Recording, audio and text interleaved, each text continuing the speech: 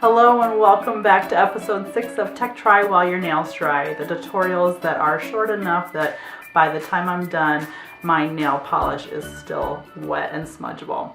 In tonight's episode, what we're going to be looking at is how to become an even better user of your Chrome browser and how to make the different features that are available work for you. We have lots of things that we do at one time. We try to multitask as best as possible, and there are some really great tricks I'm going to show you guys that you can put in action that will make your work life a little bit easier. So while we look at my objectives for the evening, I'm going to be painting my nails with this really pretty lilac color.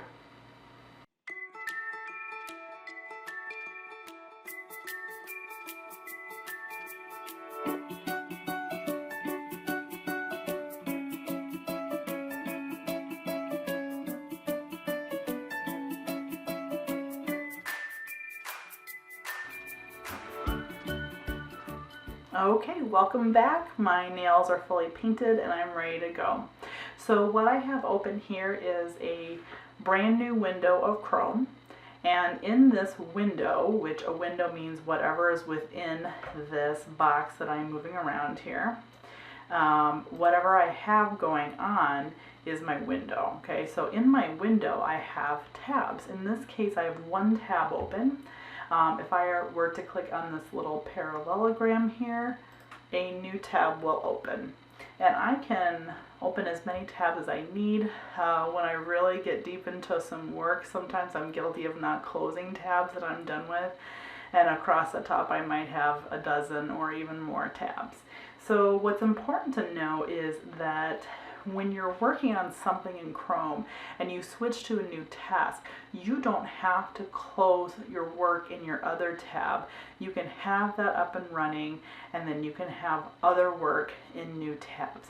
So when I first sit down, any day when I sit down to work, there are 3 tabs that I always open up. I always open up my Google Drive. I always open up my Google Calendar, and I always open up my Google Keep. So at all times I have at least 3 tabs open, okay? So in this case here are my 3 tabs. One will be Google Drive, one will be my Google Calendar, and one will be my Google Keep. Okay, those are the 3 things that I tend to go to on a very regular basis. So what else is important to know here is that because I have 3 tabs open that are really critical to my work, I don't want to accidentally close them. And if you notice, when I hover over this tab, there's an X button that appears there. If I click on that X, it'll close that tab. So one thing that I do to make sure that I don't close my critical tabs is I pin them. So to pin a tab means that it's going to shrink up and this little X will disappear, so I can't accidentally click it. And this is what that looks like. So I'll hover over my Drive tab. I'm going to right click on the tab using my mouse, and then I'm going to go down and I'm going to click on Pin tab. So did you see how that big tab shrunk into this little tab and that X is gone? I can still see the symbol for my work that I have open. I know that's my Drive tab.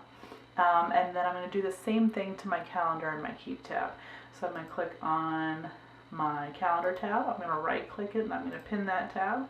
And then I'm going to click on my Keep tab. I'm going to right click it. I'm going to pin those tabs.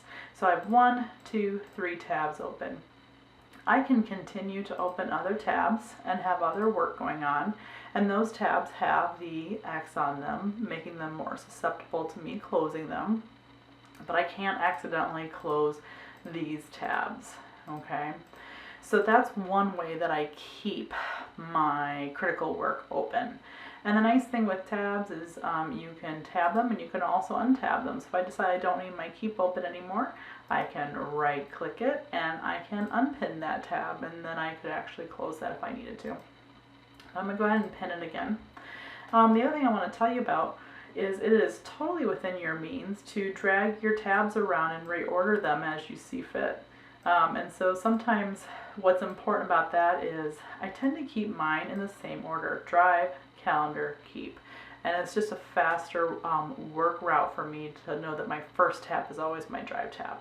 So that's one little tip I have for you, is make a predictable workspace for yourself.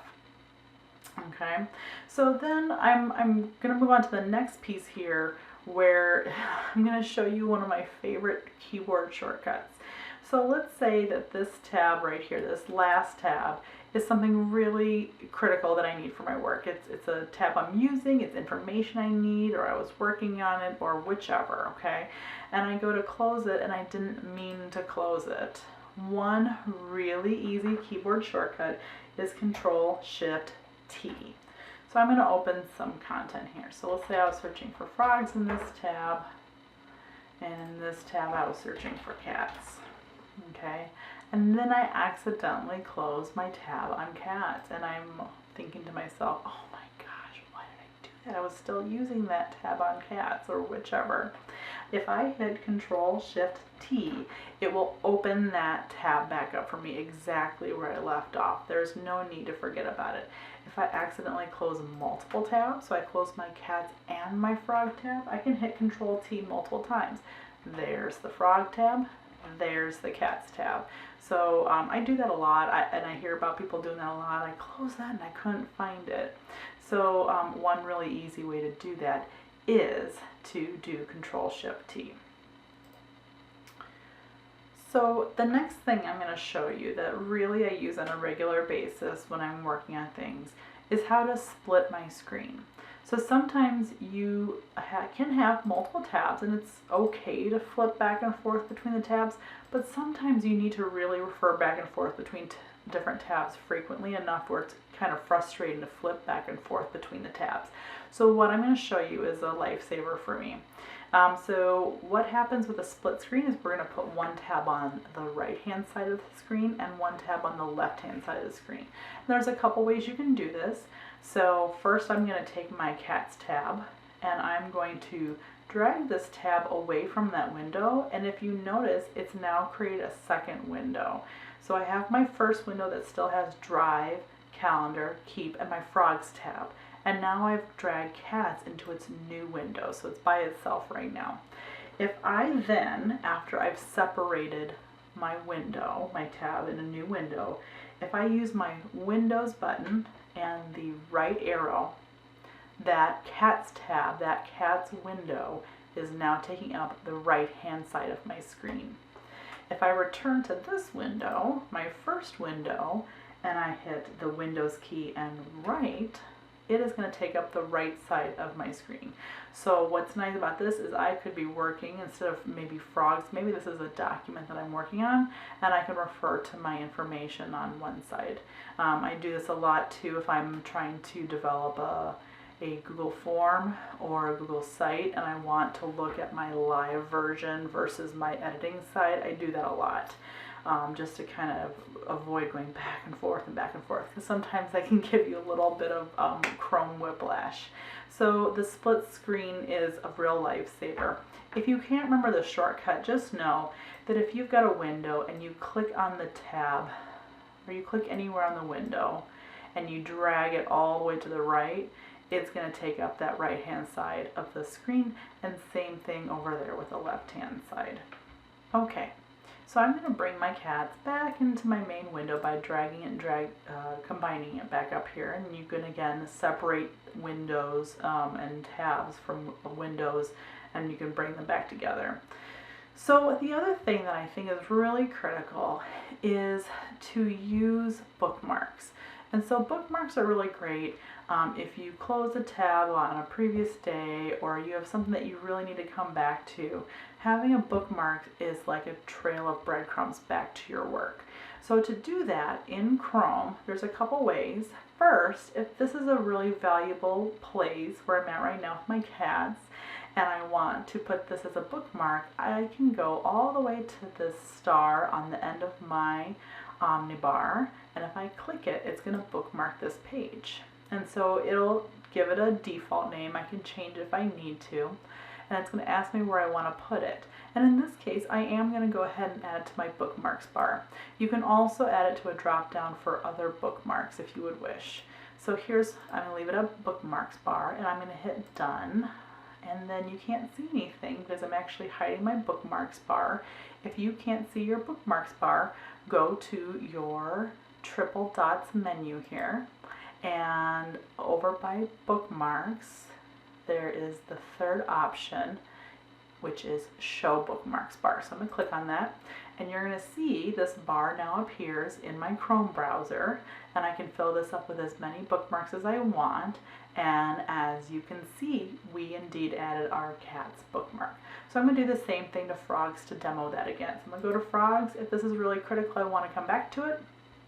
I'm going to go all the way into the end of the omnibar, click on the star, change the name if I want to, and then hit done. And now frogs also appears on my bookmarks bar.